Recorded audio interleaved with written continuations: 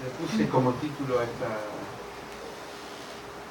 predicación Jesús y las emociones, pero sobre todo las emociones de los demás. Porque todos nos emocionamos, recién se emocionó Daría, se emocionó la pastora, nos emocionamos todos.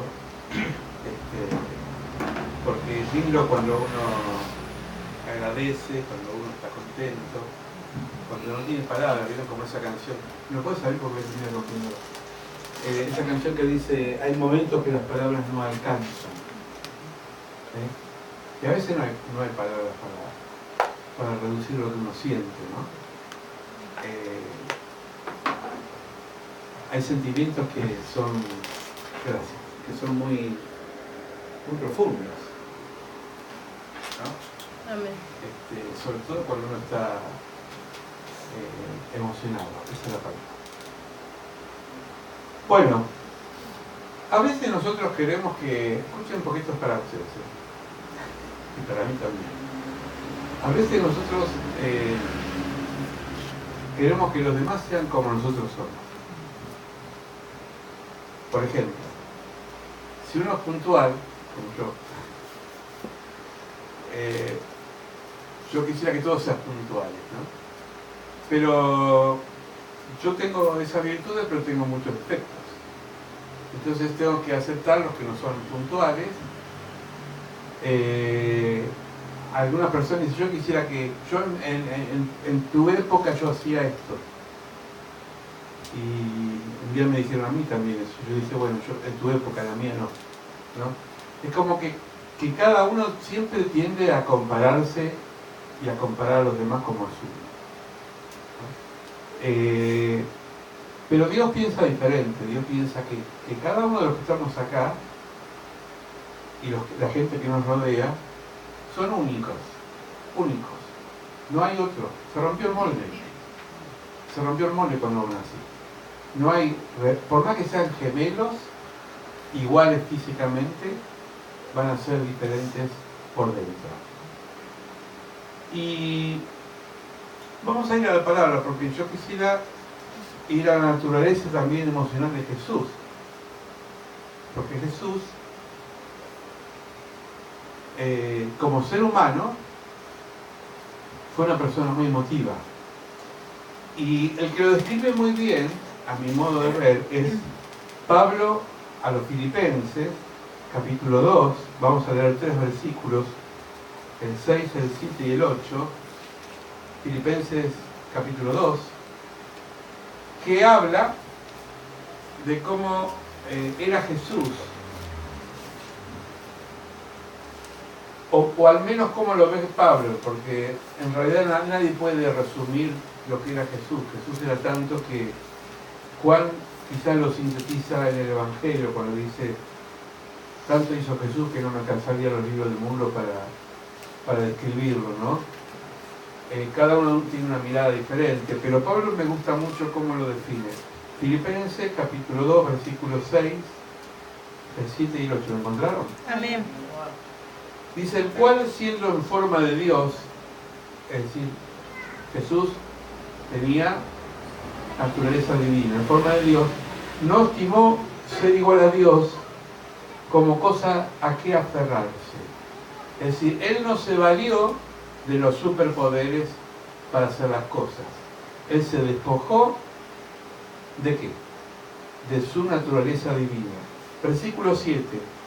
Sino que se despojó de sí mismo tomando forma de siervo, semejante a los hombres. Y estando en condición de hombre, se humilló a sí mismo, haciéndose obediente hasta la muerte y muerte de cruz. Creo que acá lo dice todo, ¿no? Jesús no obró en la tierra como Dios. Él se despojó de todo. Por ejemplo, los que queremos ser Dios, los cristianos, decimos Dios es omnipresente. ¿Qué quiere decir omnipresente? Que Dios está en todos lados. Está acá, pero también está en la China, está en cualquier lado del universo. ¿Verdad? Amén.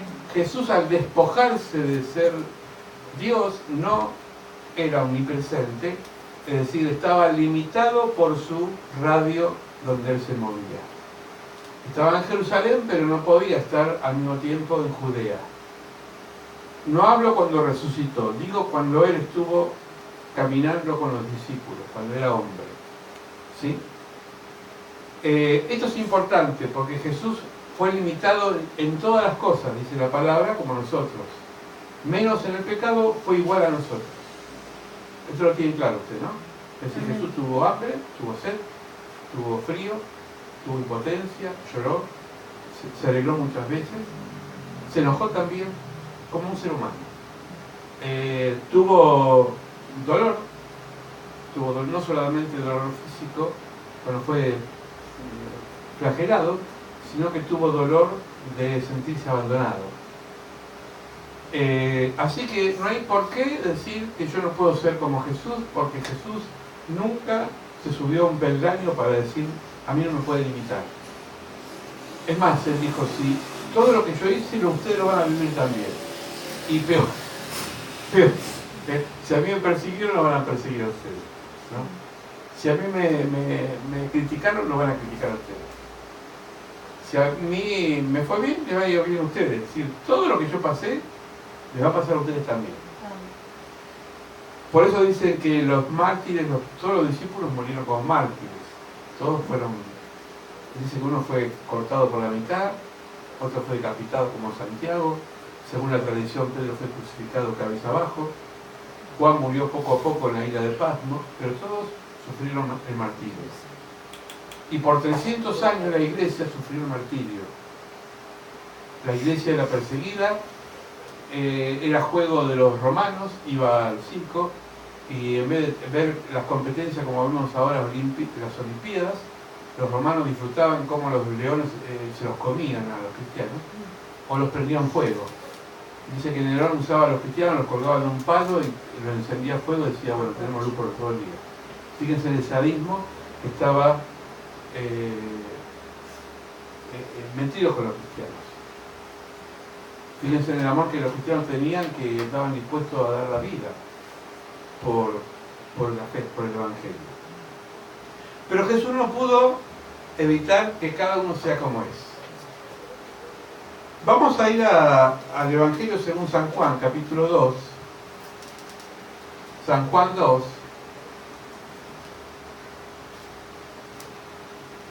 Versículo 2 al 5.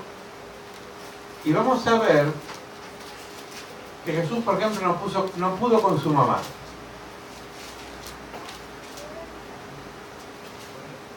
Mi madre querida, decía un tango, ¿no? Pobre, mi madre querida.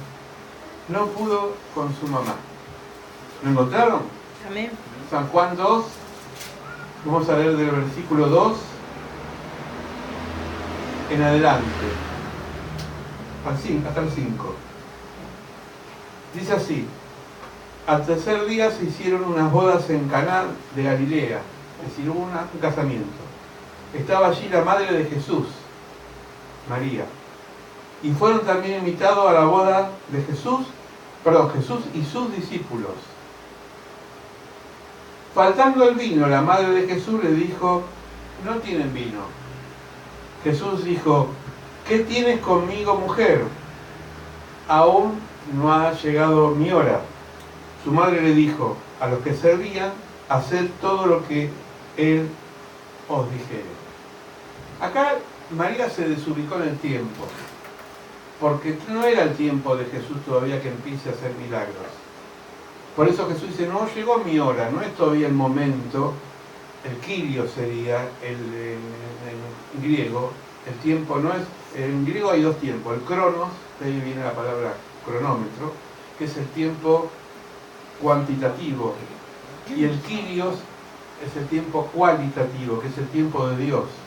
Vieron que Dios tiene un tiempo especial.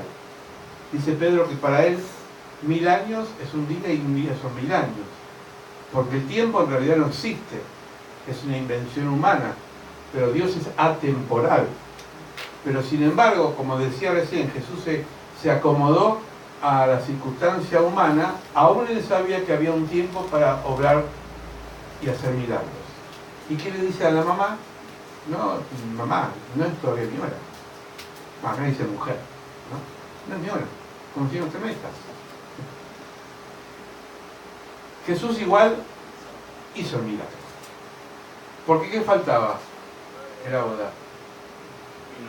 Vino. ¿Y qué hizo? Del agua la transformó en vino. Si usted lee todo el pasaje, dice que fue un buen vino. Se acababa el vino, vieron como ahora, una vez fui a un cumpleaños que me invitaron y cuando se acabó la cerveza se acabó el cumpleaños. Parecía que lo que le ponía límites al cumpleaños era la bebida, ¿no? No sé si será así en toda la fiesta, pero el vino era muy importante. Se acabó el vino y se acababa la fiesta. Se ve que era una familia que quizás no tendría tanto dinero para tanto vino, o se le fue la mano con los invitados. Si yo hago la cuenta, Jesús fue invitado, más los 12, más la mamá, y aparte otros más, los papás de los novios habrán dicho, y ahora nos desbordamos, ¿qué hacemos? Qué papelón, ¿no? Sería hacer una fiesta y no tener el suministro para darle a los invitados. Bueno, Jesús, el primer milagro que hace es transformar el agua en vino. No pudo cambiar la actitud de la mamá. Fíjense, no pudo cambiar la actitud de la mamá. Voy a dejarlo acá como punto suspensivo para seguir avanzando.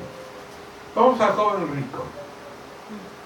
El joven rico lo vamos a encontrar en dos lugares, Mateo 19 y Lucas 18. Yo tengo una versión, pero la verdad que no sé cuál es de las dos. A ver si me encuentro. Mateo 19, 16, ¿qué dice? A ver si me ayudan. Mateo capítulo 19, 16 al 30. ¿Habla del joven rico? Bueno, voy a leer esa versión. Dice, al salir él, para seguir su camino, vino corriendo e hincando de rodillas delante de él y le preguntó, Maestro bueno, ¿qué haré para heredar la vida eterna? Este discípulo o este candidato a discípulo tenía una actitud que era muy importante. Estaba dispuesto a seguir a Jesús. Uno diría, qué buen candidato para mi iglesia, ¿no? Versículo 18, Jesús le dijo, ¿por qué me llamas bueno? Ninguno es bueno sino solo uno, Dios. Fíjense la humildad de Jesús. Ni él mismo aceptaba que le digan bueno. Así que cuando dicen, sos una buena persona, vos tenés que decir, no, Dios es el único bueno, ¿no? No te agrandes, gorosito, ¿eh? Porque el único bueno es Dios. Somos bonachones, tenemos nuestras, pero el único perfecto es Dios. Amén. Versículo 19.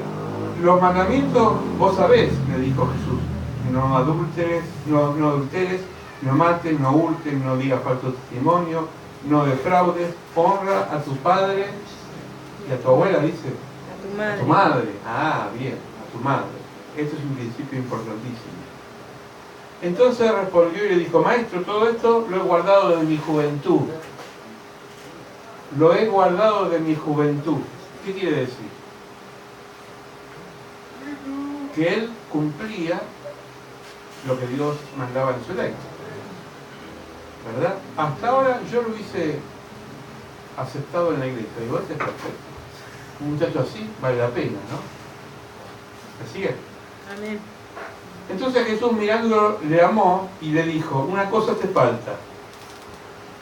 Andá, vende todo lo que tenés y dáselo a los pobres y tendrás tesoro en el cielo. Vení y seguime tomando tu cruz. Versículo 22. Pero él, afligido por estas palabras, se fue triste porque tenía muchas posesiones. Si yo sería el pastor de esa congregación y vi un muchacho millonario, hubiera dicho, qué bien que vendría esta plata para la obra del Señor. ¿Cuántos dicen eso, no? Que bien que me vendría, que me compre un templo nuevo, o que edifique la iglesia mejor, qué sé yo, qué bien, este muchacho sin lema, nos paramos todos. Sin embargo, Jesús no se ató a los bienes materiales. ¿Y saben por qué? Porque sabía que para ese joven los bienes materiales no iba a ser una bendición, sino un impedimento para seguir a Jesús. Pero siguiendo el hilo del mensaje, Jesús respetó la decisión del joven, como respeta tu decisión, porque dice que se fue, no pudo seguirlo, no aguantó este desafío. Señor, yo cumplo todo, voy a la iglesia, canto, predico, leo tu palabra, todo lo cumplo de chico, pero, y ese pero le costó no poder seguirlo a Jesús. Ahora, Jesús no fue detrás de él y dijo, mira, vamos a negociar, lo voy a pensar mejor, no está tan mal que vos tengas dinero. Si Jesús fue radical, una cosa te falta, vende todo y dáselo a los pobres y seguime. El pasaje sigue, si usted lee en su casa, dice, qué difícil, Jesús dijo, qué difícil que un rico entre en el reino de los cielos. Es más fácil que un camello pase por el ojo de una aguja que un rico entre al reino de los cielos. Y los discípulos, entre ellos Pedro, que siempre fue el bocón, el que se adelantaba a hablar, dijo, Señor, hemos dejado nosotros todo. Como diciendo, y a nosotros que dejamos todo, dejamos casa, familia, trabajo. ¿Y qué? Entonces Jesús le dijo, aquellos que hayan dejado todo por causa de mi nombre, no solo heredarán la vida eterna, sino que acá van a recibir el 100 por 1. Dijo el céntuplo, 100 por 1. Fíjense en cómo Dios respeta siempre nuestras decisiones. Dios respeta siempre cuando nosotros decimos sí, Señor, o no, Señor. A veces nosotros como pastores queremos que los demás ya tomen la decisión y sigan a Jesús. Pero aún así no podemos nosotros meter por el oído, como un embudo, que la decisión entre y que la persona diga yo lo voy a seguir. Porque para eso hay un tiempo. Nosotros siempre decimos, oren por su familia, oren por las personas inconversas, pero no lo fuercen, porque por fuerza nadie se convierte. A lo sumo será un convencido, pero nunca un convertido. Y no sirve, porque a la larga se va de la iglesia. Yo soy muy reticente, muy desconfiado muchas veces cuando se hace la oración de fe. Y lo hemos hablado muchas veces con la pastora. Porque a veces la gente pasa adelante por emoción, pasa adelante porque alguien lo empujó, pasa adelante porque el pastor es muy insistente y dice, vení a recibir al Señor. Y por ahí no es el tiempo, no lo hace de corazón. Y es peor, a veces se ha bautizado, y dice Pablo que cuando bautizamos a alguien, muere a la vieja vida y nace a la nueva vida. Pero si no está convertido, estamos enterrando a un vivo en las aguas. Necesitamos matando a alguien que no ha muerto por su propia voluntad. ¿Me sigue en el pensamiento? No podemos nunca adelantar los tiempos de decisión de los demás, porque esos procesos son muy personales.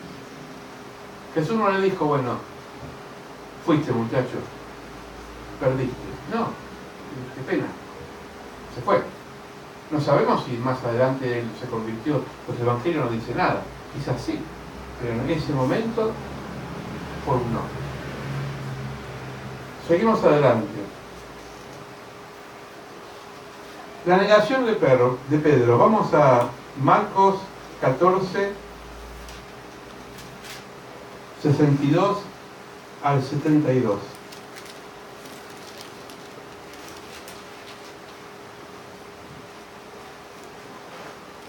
Perdón, vamos a arrancar del 69, versículo 69. ¿Lo tienen? Amén. Pedro estaba sentado, empieza así el pasaje. ¿Sí? Dígame algo, porque... ¿Cuánto era Marcos 14, versículo 69. Pedro estaba sentado, empieza. ¿Lo notaron? Amén. Amén. Dice, Pedro estaba sentado fuera en el patio. ¿Qué estaba haciendo, Luciano? ¿Tomando mate? Pedro. Tomando sombra. ¿Eh? Tomando sombra. ¿Tomando sombra? Ajá. ¿Qué más? ¿Qué estaba haciendo en el patio? Presten atención. Y se acercó una criada diciendo, tú también estabas con Jesús el Galileo.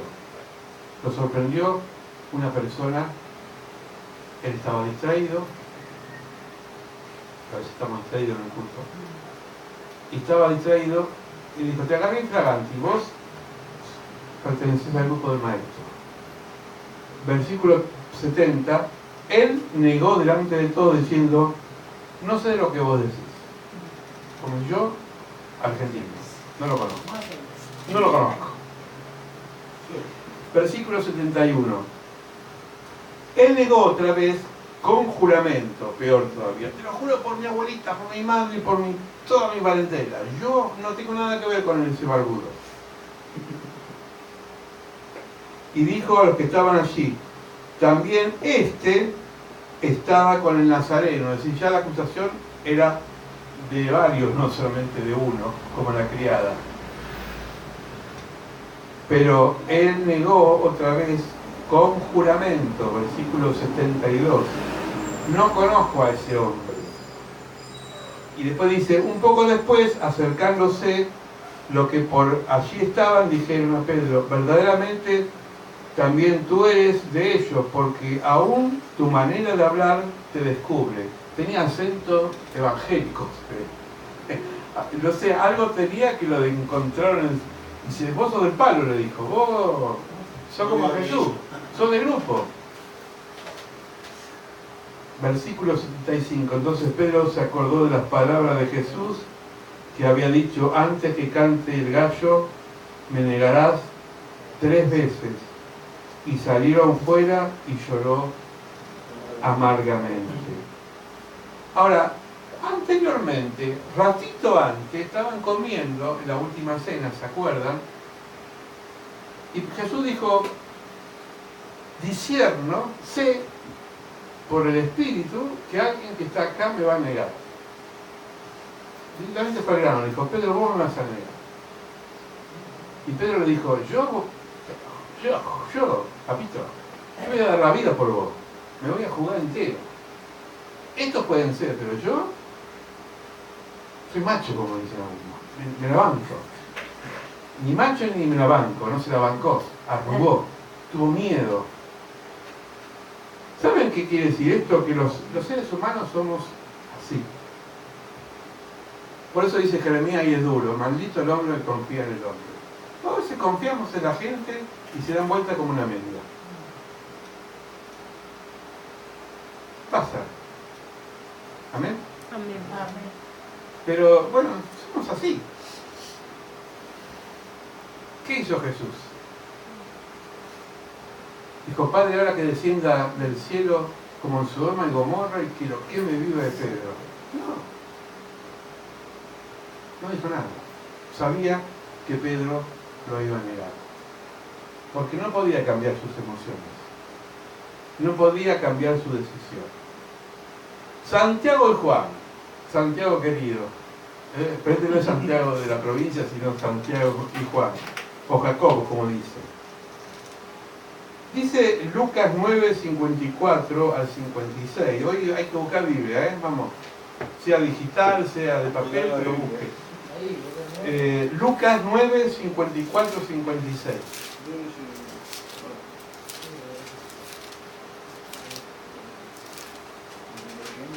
Lucas 9, capítulo 9, versículos 54, 56. Dice, viendo esto sus discípulos, Jacobo y Juan, dijeron, Señor, ¿quieres que mandemos que descienda fuego del cielo como hizo Elías y los consuma? Entonces volviéndose él, es decir, Jesús, le respondió diciendo, vosotros no sabéis de qué espíritu sois, porque el Hijo del Hombre no ha venido para perder las almas de los hombres, sino para salvarlas. Y se fueron a otra aldea. Es como que estaba la hinchada de River y enfrente estaba la hinchada de Boca. La hinchada de Boca eran los samaritanos, la hinchada de River eran los discípulos de Jesús. O al revés, como quiero. Yo voy a poner un ejemplo.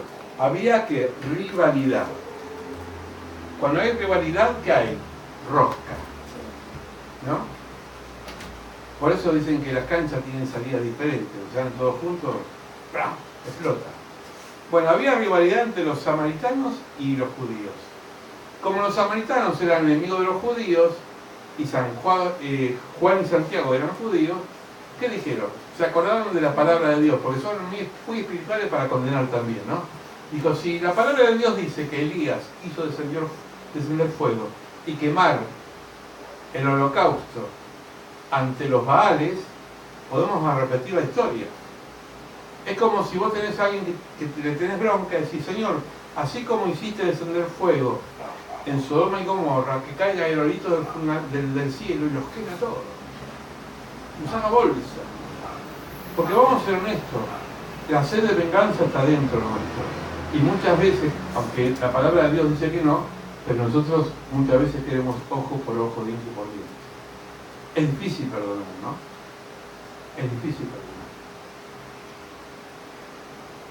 Los discípulos tenían incorporado la venganza y Jesús le cambió el papel, le dio vuelta a la rosca, le dio un chip diferente.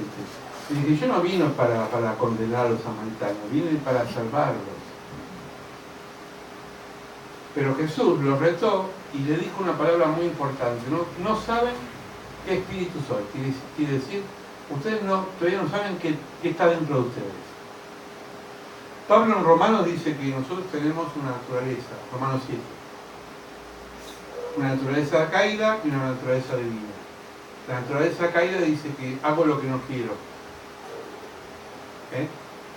La naturaleza divina, hago lo que debo hacer, que es muy diferente. A veces humanamente queremos hacer cosas, a veces buenas y a veces malas. Pero por dentro también hay una naturaleza que es la de Dios, la gracia. Y la gracia muchas veces nos sostiene para aguantar situaciones fuertes. ¿Y saben cómo usted puede medir la estatura espiritual de su vida? Cuando es tentado muchas veces por situaciones de venganza. Yo no quiero decir que usted va a agarrar una escopeta y aquel que lo mira mal le va a pegar un tiro. Pero a veces somos vengativos, nos saludamos, miramos para el otro lado, me la hizo, la va a pagar, y cuando la paga, ¿cómo disfrutamos? Se lo merece. La verdad, se lo merece. Y Jesús dice, nadie se merece nada. Porque en realidad somos todos faltantes y necesitamos la misericordia de Dios. Volviendo al hilo principal del mensaje que le puse, las emociones de los demás, nosotros somos los demás. Somos personas como Pedro, como Santiago, como Juan, como María, queremos adelantarnos a los tiempos. Muchas veces queremos que Dios haga lo que nosotros queremos ahora. Por eso hay oraciones que me irritan cuando le dicen a Dios, ahora Señor, descendé. Como si Dios sería un cadete. Dios no va a descender porque yo le diga. Es decir, Dios no se sujeta a mí, yo me sujeto a Él. El Padre Nuestro dice, hágase tu voluntad. Yo no puedo decirle ahora, Señor, te pido que todo se convierta. Estamos todos locos. Yo tengo que orar para que ustedes entiendan la palabra, porque el que convence es el Espíritu Santo. Están así todos. Amén. Bueno, se entiende, ¿no? Amén. Yo quisiera que este año, como decía la pastora, que evaluamos un poquito lo que hicimos, bueno y malo, nos sirva y podamos capitalizar para el año que viene, para no ser tan emotivos. Porque las emociones van a estar siempre. No es que Pedro cambió. Pedro domesticó esas emociones impulsivas, después mejoró, pero le costó mucho tiempo. Pedro, siendo ya apóstol, Jesús ya no estaba, había ascendido al cielo, había recibido el Espíritu Santo, predicó ante 5.000 personas, pasaron años y años y años, y aún se seguía sorprendiendo cuando Dios abría puertas en casa de gentiles como de Cornelio. Es decir, Pedro nunca se ató a sus conceptos y dijo, de acá no me muevo. Fue abierto al obrar del Espíritu Santo. El verdadero cristiano siempre está abierto al obrar del Espíritu Santo. Y el Espíritu Santo nos va modificando, nos va a llevar a situaciones Me gusta esa canción, creo que es de... El que canto, levanto mi mano, ¿cómo se llama? Samuel Hernández, ¿no? Dice, hay una canción que él canta que dice, yo le pedí al Señor paciencia y Dios no me dio paciencia, me dio oportunidades para ejercer la paciencia. Porque la paciencia no es una bendición de Dios, es fruto de la obra del Espíritu Santo.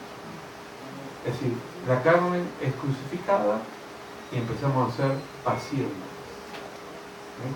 A veces le pedimos a Dios, por ejemplo, que la persona que está al lado de nosotros trabajando cambie. Y por ahí Dios le está diciendo, yo no te voy a hacer que ella cambie, o él cambie. Te voy a dar fuerza para que vos cambies, para que vos la aguantes, para que vos la bendigas. Y a través de ese cambio la otra persona va a cambiar. Porque si no sería muy fácil todo. ¿Se imaginan? Por eso es importante saber cuando oramos. Santiago dice, a veces oramos conforme a nuestras pasiones, a nuestros deseos, pero no a la voluntad de Dios. No pidamos cambio en los demás, pidamos fortaleza espiritual. Los demás van a cambiar en su tiempo. Jesús sabía que su mamá todavía, aunque era mamá, todavía muchas cosas no había madurado.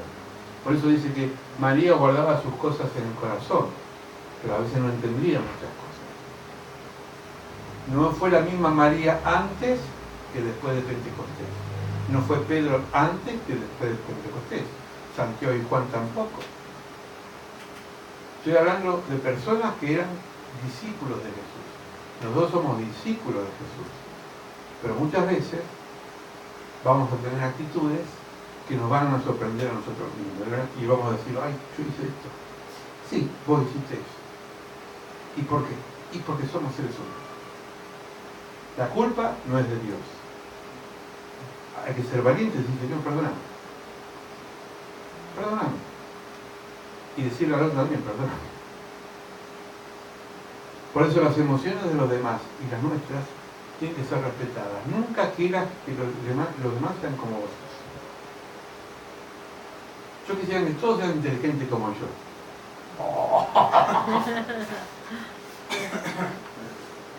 Error, ¿no?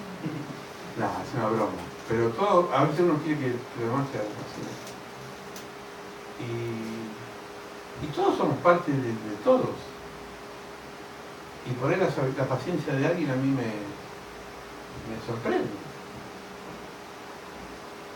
Yo soy tan paciente. Yo soy un cabrón. Pero hay gente que vuelve a hablar y le decís cosas y parecen agua estanque, ¿viste? Y no reacciona. Y digo, Dios mío, qué paciencia. Hay gente que es lúcida enseguida para los negocios y pa. Yo me quedo asombrado porque no soy bueno para los negocios. Pero cada uno tiene una virtud, cada uno tiene una forma de ser. Y Dios respeta esa forma de ser. Por eso vamos a orar para que este 2018 podamos, primero, amarnos, mucho como somos. Hay que amarse, hay que respetarse. Señor, gracias por lo que soy. Porque la iglesia es como un mosaico multicolor. Hay algunos bajitos, altos, flacos, gordos, morochos, blancos, negros, de todos los colores. Acá somos más o menos parecidos, pero hay iglesias que son muy diferentes. Hay personas que son más maduras, hay personas que son más inmaduras, hay personas que vuelven a hablar de la palabra, están espirituales, no, digo, hace tantos años no cambian. Son claro. Pero Dios nos ama a todos igual. Amén. Padre, gracias, porque Jesús, dice tu palabra, se despojó de todo privilegio de ser como Dios. Se hizo uno igual a nosotros. Menos en el pecado, fue igualito, Señor.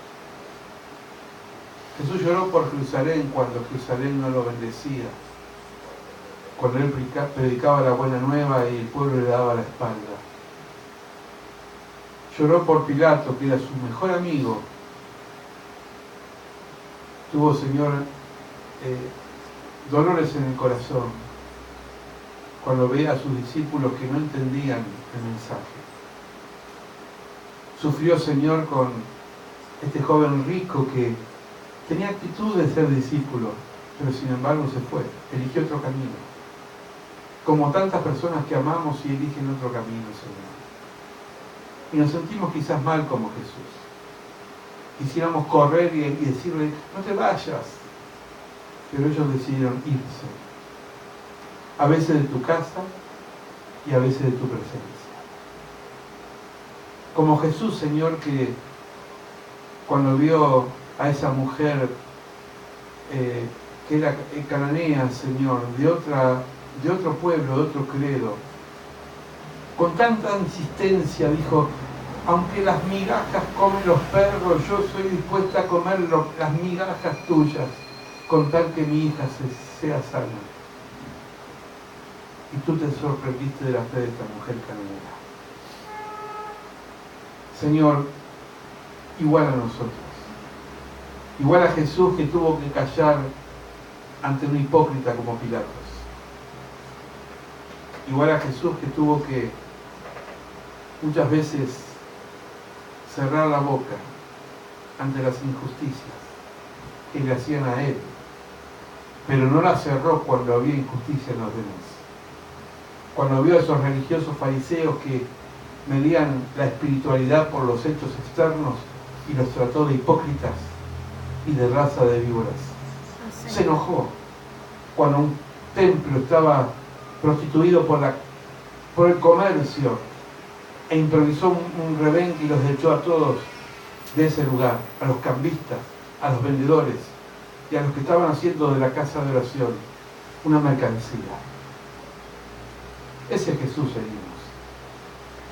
El Jesús, Señor, que sintió el abandono del Padre en la cruz. Como a veces nosotros sentimos que Dios no nos escucha, que parece que nos abandonó. Y sabemos que no es así. Ese Jesús seguimos, Señor. Amén. Ese Jesús que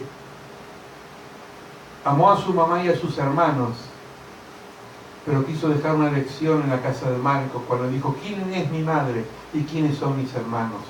Sino todos aquellos que hacen la voluntad de mi Padre. Ese Jesús seguimos.